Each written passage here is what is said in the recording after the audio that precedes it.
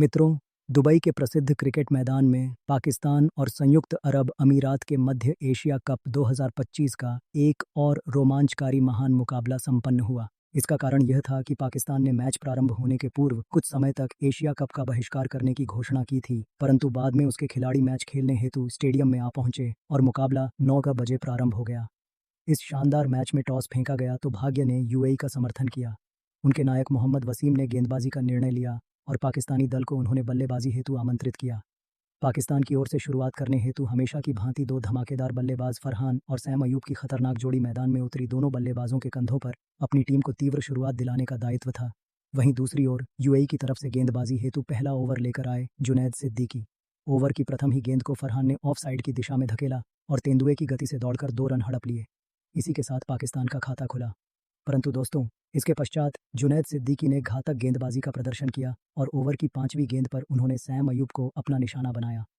अयूब बिना खाता खोले ही अपना विकेट गंवाकर चले गए और पाकिस्तान को प्रथम आघात लगा। उनके विकेट गिरने के उपरांत अब फरहान का साथ देने हेतु मैदान पर पाकिस्तान के अनुभवी बल्लेबाज फखर जमान मैदान पर उतरे। दोनों बल्लेबाजों के कंधों पर अपनी टीम की संपूर्ण जिम्मेदारी आ गई थी। प्रथम ओवर में उत्कृष्ट गेंदबाजी करते हुए जुनैद सिद्दीकी ने केवल 1 रन खर्च करके यूएई की टीम को अयूब के रूप में महत्वपूर्ण सफलता दिलाई। द्वितीय ओवर में यूएई के नायक मोहम्मद वसीम ने गेंदबाजी हेतु मोहम्मद रोहित को भेजा।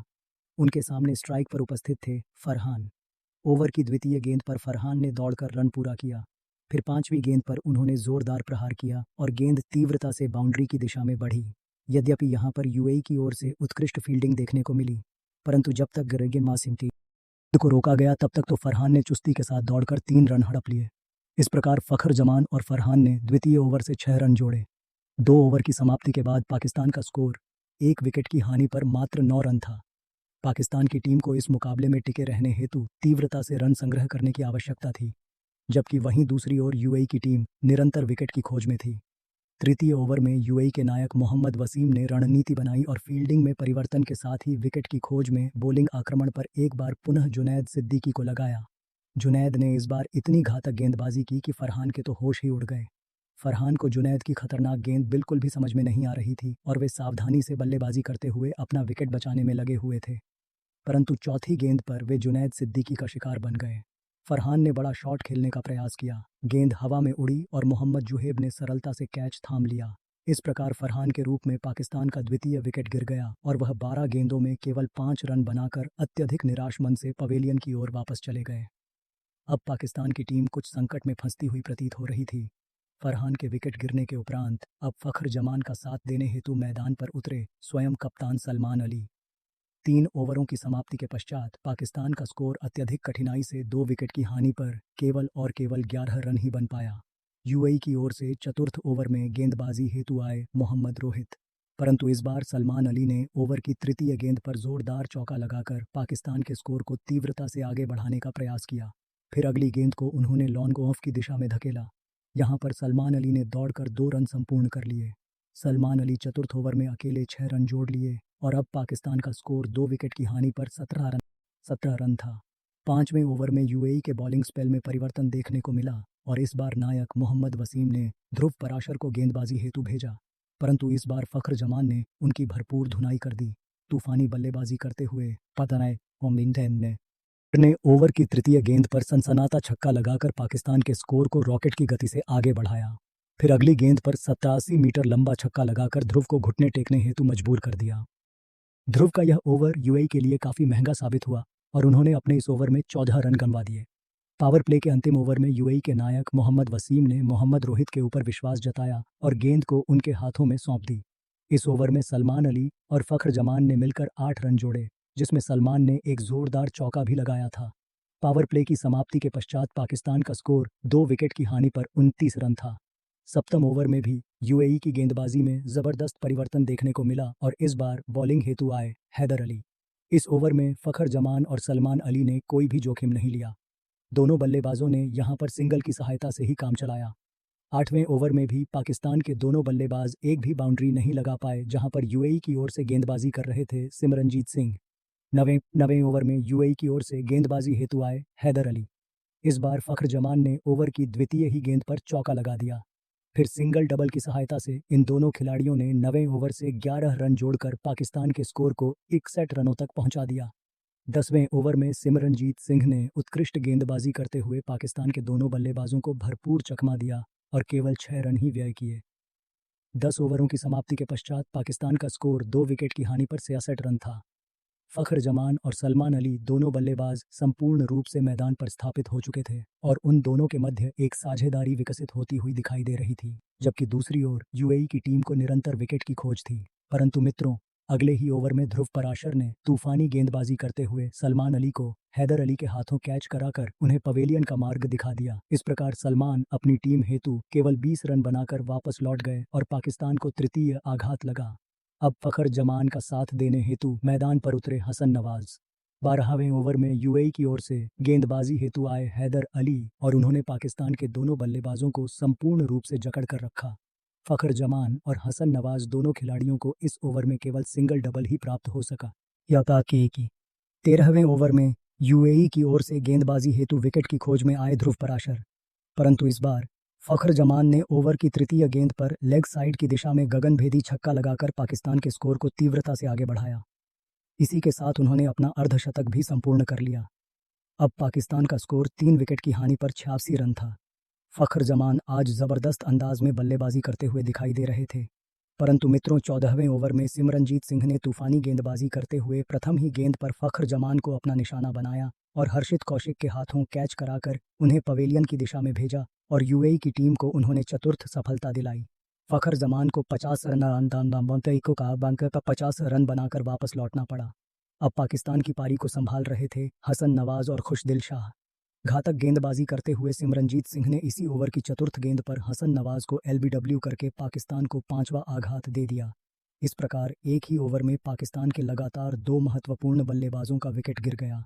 यूएई की तूफानी गेंदबाजी के समक्ष पाकिस्तान की टीम लड़खड़ाती हुई दिखाई दे रही थी।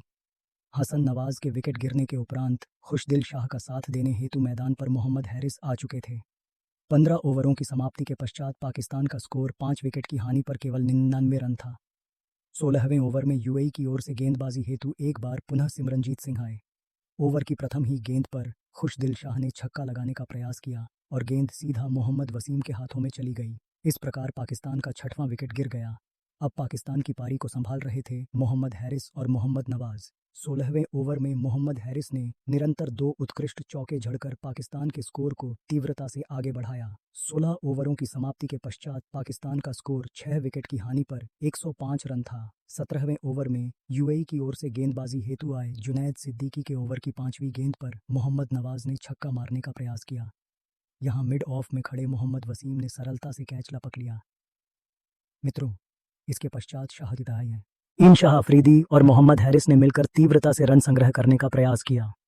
18वें ओवर में हैरिस ने एक उत्कृष्ट चौका लगाया, तो वहीं 19वें ओवर में शाहीन शाह अफरीदी ने तूफानी बल्लेबाजी करते हुए 2 जबरदस्त चौके लगाकर पाकिस्तान के स्कोर को 128 रनों तक पहुंचा दिया। तभी जुनैद सिद्दीकी ने मोहम्मद हैरिस के स्टंप उड़ा दिए। अंतिम ओवर में शाहीन शाह अफरीदी ने तूफानी बल्लेबाजी करते हुए 2 गगनभेदी छक्के और एक जबरदस्त चौका लगाया। इसी की सहायता से उन्होंने अंतिम ओवर में 18 रन ठोंक डाले। इस प्रकार पाकिस्तान की टीम ने 9 विकेट गंवाकर 146 रन बनाए और यूएई की टीम को 144 रनों का पहाड़ समान लक्ष्य दे दिया। यूएई की ओर से गेंदबाजी करते हुए सर्वाधिक 4 विकेट जुनैद सिद्दीकी ने झटके, जबकि सिमरनजीत सिंह ने भी 3 विकेट अपने नाम किए।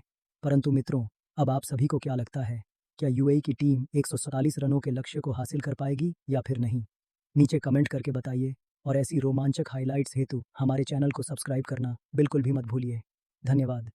इस पहाड़ समान लक्ष्य को हासिल करने हेतु यूएई की ओर से हर बार की भांति 2 खूंखार बल्लेबाज मोहम्मद वसीम और अलीशान शराफू की खतरनाक जोड़ी मैदान पर उतरी। दोनों बल्लेबाजों के कंधों पर अपनी टीम को बेहतरीन शुरुआत दिलाने का दायित्व था। वहीं दूसरी ओर पाकिस्तान की तरफ से गेंदबाजी हेतु प्रथम ओवर लेकर आए गति के सौदागर शाहीन शाह अफरीदी।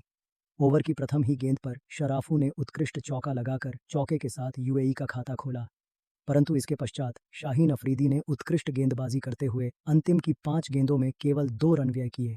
इस प्रकार प्रथम ओवर में यूएई के दोनों बल्लेबाजों ने 6 रन जोड़कर अपनी टीम को बेहतरीन शुरुआत दिलाई। द्वितीय ओवर में पाकिस्तान के नायक सलमान अली ने गेंदबाजी हेतु मोहम्मद नवाज को भेजा, परंतु मोहम्मद वसीम और शराफू ने उनकी धज्जियां उड़ाकर रख दीं।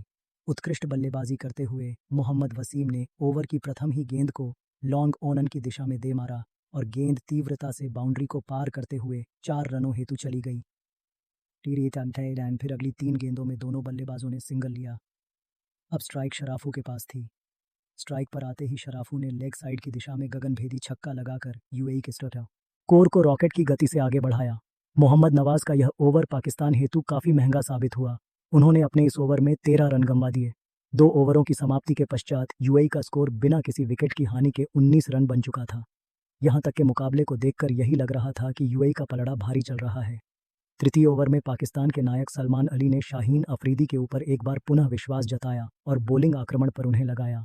इस बार अफरीदी ने घातक गेंदबाजी करते हुए ओवर की तृतीय गेंद पर शराफू को क्लीन बोल्ड करके पाकिस्तान को प्रथम सफलता दिलाई। अलीशान शराफू अपनी टीम हेतु 12 रन बनाकर वापस लौट गए। अब मोहम्मद वसीम का साथ देने हेतु मैदान पर उतरे मोहम्मद जुहेब। दोनों खिलाड़ियों के कंधों पर यूएई की संपूर्ण जिम्मेदारी आ चुकी थी। तृतीय ओवर में घातक गेंदबाजी करते हुए अफरीदी ने केवल 4 रन व्यय करके यूएई को प्रथम आघात दे दिया। 3 ओवरों की समाप्ति के पश्चात यूएई का स्कोर 1 विकेट की हानि पर 23 रन था। यूएई की टीम को इस मुकाबले में टिके रहने हेतु तीव्रता से रन संग्रह करने की आवश्यकता थी, जबकि दूसरी ओर पाकिस्तान की टीम निरंतर विकेट की खोज में थी, क्योंकि उनका प्रयास यही था कि शीघ्र से शीघ्र यूएई को ऑल आउट करके मैच को समाप्त किया जाए। चतुर्थ ओवर में यूएई के नायक मोहम्मद वसीम ने तीव्रता से रन संग्रह का प्रयास किया और एक जोरदार चौका भी लगाया। 5वें ओवर में पाकिस्तान के नायक सलमान अली ने बॉलिंग स्पेल में परिवर्तन किया और गेंदबाजी हेतु अबरार अहमद को भेजा। अबरार ने आते ही मोहम्मद वसीम को अपना निशाना बनाया। वसीम ने बड़ा शॉट खेलने का प्रयास किया और गेंद सीधा मोहम्मद नवाज के हाथों में चली गई। इस प्रकार वसीम अपनी टीम हेतु 14 रन बनाकर अत्यधिक निराश मन से वापस लौट गए और यूएई को करारा आघात लगा। अब यूएई की पारी को संभाल रहे थे राहुल चोपड़ा और मोहम्मद जुहेब। इससे पूर्व की यूएई की टीम संभल पाती, तभी पावर प्ले के अंतिम ओवर में अयूब ने जुहेब को क्लीन बोल्ड करके उन्हें पवेलियन का मार्ग दिखा दिया। इस प्रकार 47 रन के स्कोर पर यूएई का तृतीय विकेट गिर गया। जुहेब के विकेट गिरने के उपरांत अब राहुल चोपड़ा का साथ देने हेतु मैदान पर उतरे ध्रुव पराशर।